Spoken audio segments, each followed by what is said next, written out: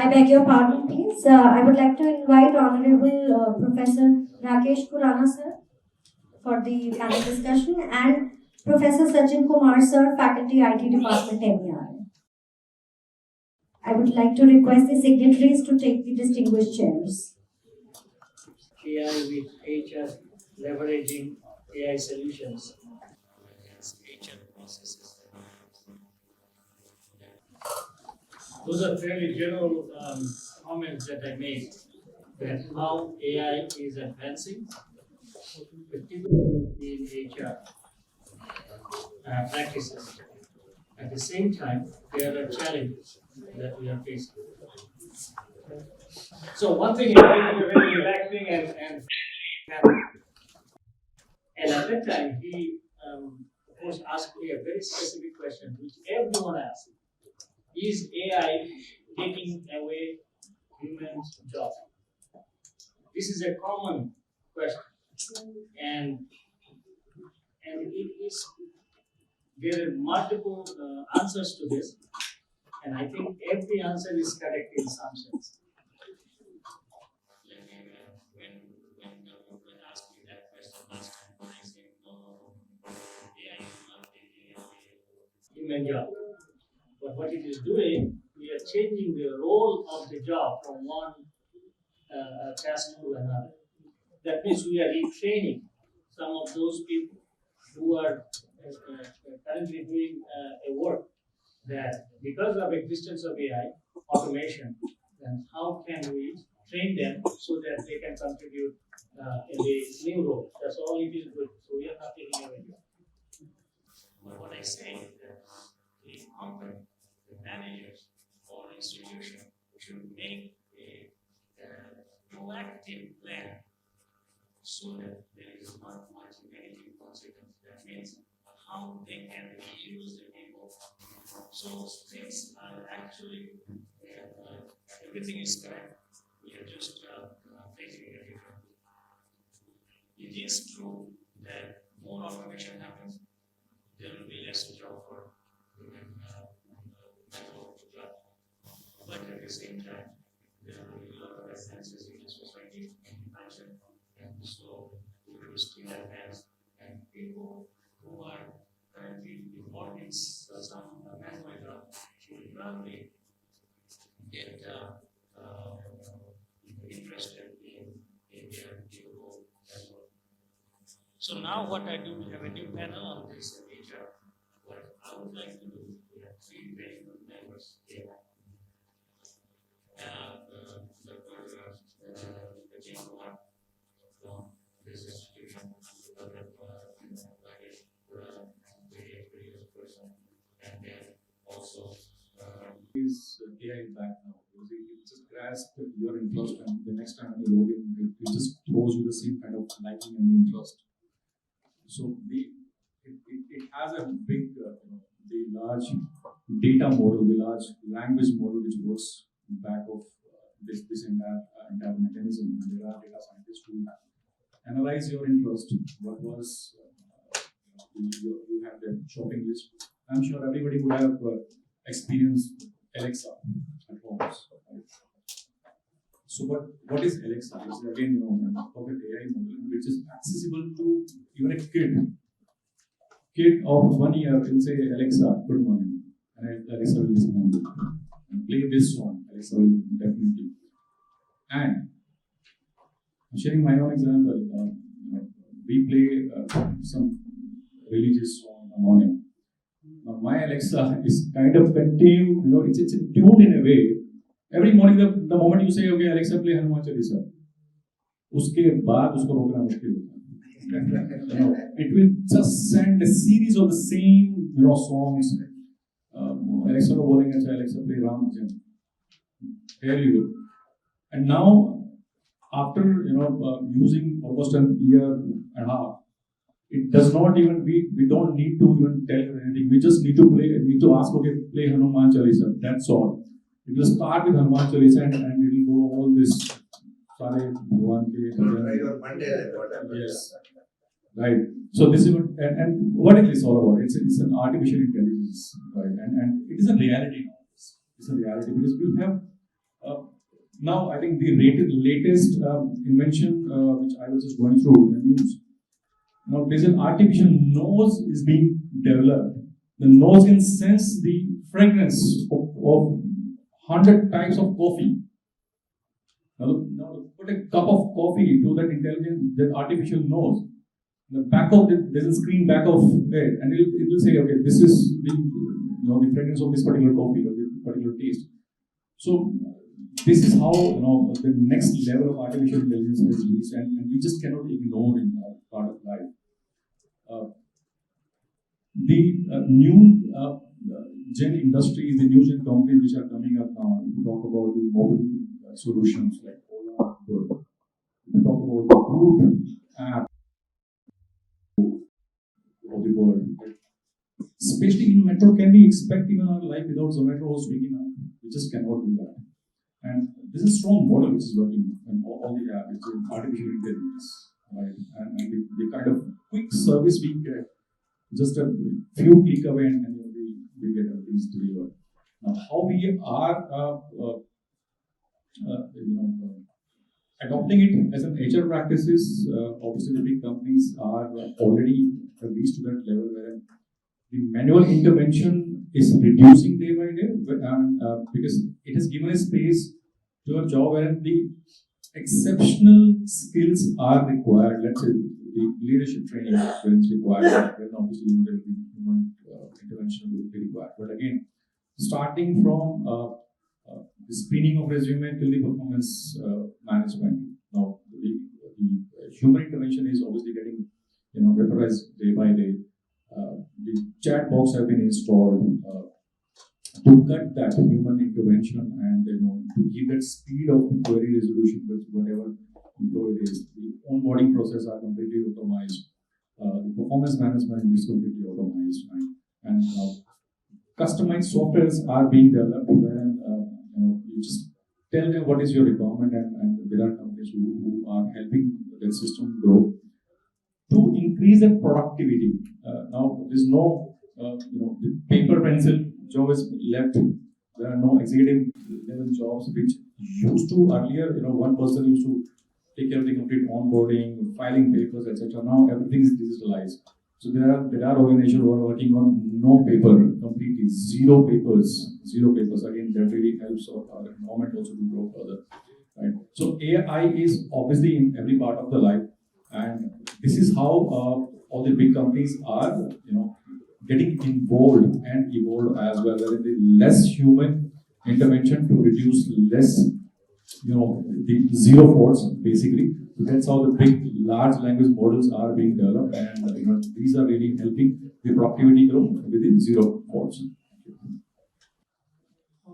I'm Dr. Sachin Kumar, Associate Professor in Mary College. I want to give my views on how AI is helping in HR. So, as we know, the full form of AI is artificial intelligence. And artificial intelligence is just a boom in the market. And when we are saying that AI, it is subset of ML and machine learning. So, if there is some technology like this is coming in human resource, so as Rice Population has explained it very clearly that it will fight the jobs of the person who is untrained and GDP, my question is very simple. Is it additional or is substitute or combination of that? And if it is a combination, then do we lose GDP in countries like India? US and Europe, Japan, situations are different. Rest of the Asia also situation.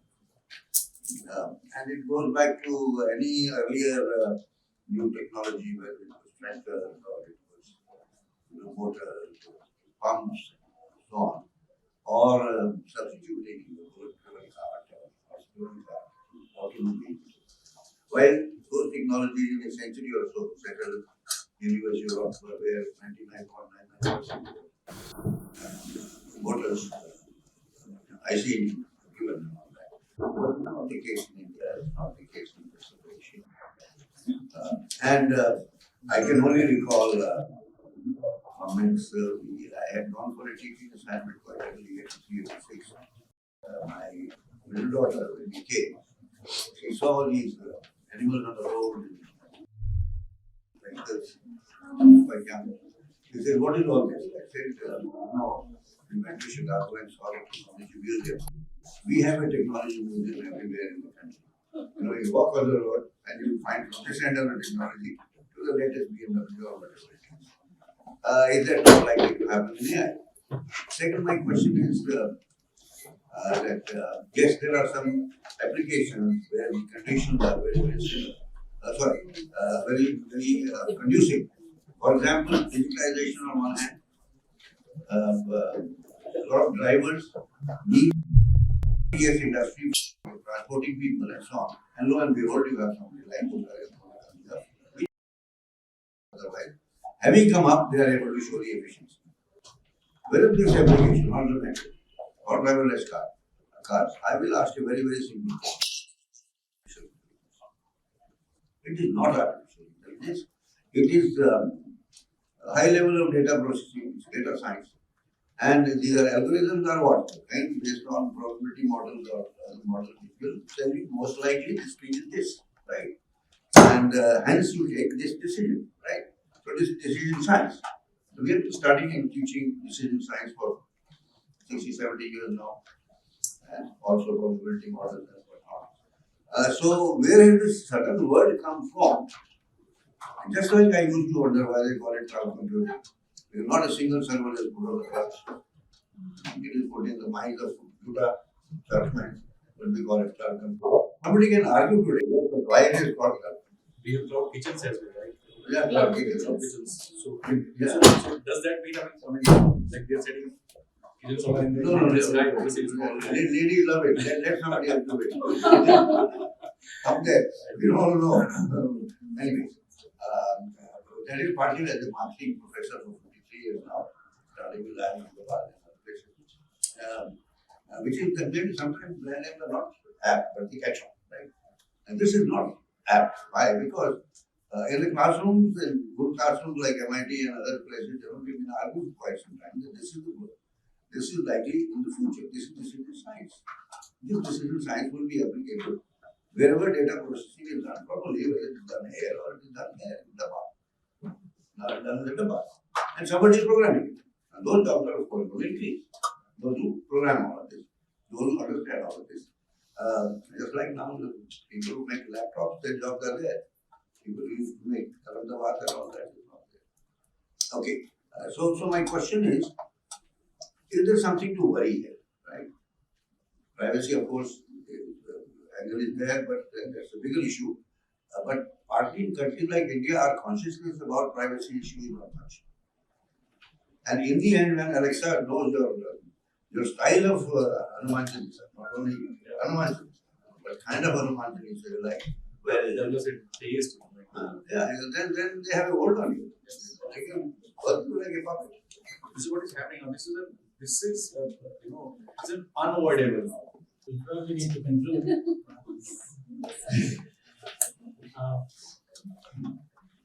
I have to ask one thing. You are saying AI is going into HR also for recruitment process it is helping us. But as PepsiCo said that everything where you have your set of question, fixed questions, where AI is working properly. Where you have variable questions, there also it is helping you in a because sometimes your condition. For example, suppose we are recruiting a faculty and we want a minimum qualification PhD. And suppose some other faculty who is not PhD but is very good in, let's say, other things, we may recruit that faculty. But sometimes it depends upon the situation. Then also your AI tool or whatever you are saying, we give the customization to the IT company, they are doing according to that. This is not thumb rule for anything, obviously, it is more of situational handling as well. That is why I always say AI will be there, but again, the need of an exceptionally good or skilled labor will be there all the time. We just cannot ignore the leaders and people who have the people skills, I would say that. Now there are language models who can analyze the emails which you are getting, right? Based on that email, it will give you a result. Let's say Rajesh Book is writing some, this sort of email. शाम को क्या होगा? वो email क्योंकि Rajesh Book is disturbed somewhere. So hand holding चाहिए. So this is how the models are getting trained, and that's why the Asian companies, Asian consulting companies are adopting this model to prevent brain drain, to control attrition, because these systems are launched to analyze what is the mood of the particular employee, and that's come to a picture of a need of an expert there. So based on this, the system will show you the data. The data will go to the HR expert or the people expert. People expert will connect to the person to understand why this mail was sent, just to understand what is going in the particular employee mind, and then based on that, a corrective action is planned. So this is how the AI will go. Now there are companies where there are no human intervention while taking interviews. Candidate पे घूमने बैठा दिया जाएगा. They'll analyze the personality, the personality there. कि इस बंदे ने आधे घंटे में मैंने क्या किया, कौन सी बुक उठाई है, या बुक उठाई ही नहीं. That's how earlier it used to be the psychometric test. Psychometric test used to analyze not at the leadership level, but at the beginning level as well, just to check the mindset. Now this technology is helping us, and there are large language models are being fed into it. This is how the technology will analyze and evaluate the person, and it will suggest. It will not take decision. Decision will still lie with the human. As a machine, I'll get the data, but decision क्या लेना है, it depends on me. So that's how as an experience or professionals will be there in the environment. Recently, during COVID-19, it picked up quite significantly, and that is what we are continuing. And prime example was COVID vaccine, which takes many years to come. But COVID vaccine came exactly in 18 months. So that was huge applications of AI research and the tools. So there are some advantages. Second, so we don't Recording in progress. We should not overestimate the power of AI, but AI is very powerful now because of all the applications we see. The next, which I mentioned, the last slide of my presentation, is that AI still has 3 stages. We are only in the first stage, and so more advanced AI tools and technology is yet to come. In many applications, we need supercomputing power and advanced AI tools. We can do that. So the question is, I'm sure that AI will show significant advancement in many areas now, almost all different areas, and HR is one of them. And I see that for last 5 to 10 years, that most of the administrative positions in the US actually use AI tools to recruit. So that has been going on, and now it is becoming more and more popular. So number one, yes, AI we need still a long way to go in AI, but currently the AI making revolution in many applications, and I think it will continue. And let's hope that it continues further, and HR will be one area which will be greatly benefited from AI applications. So with that, I would like to thank Dr. Sachin Kumar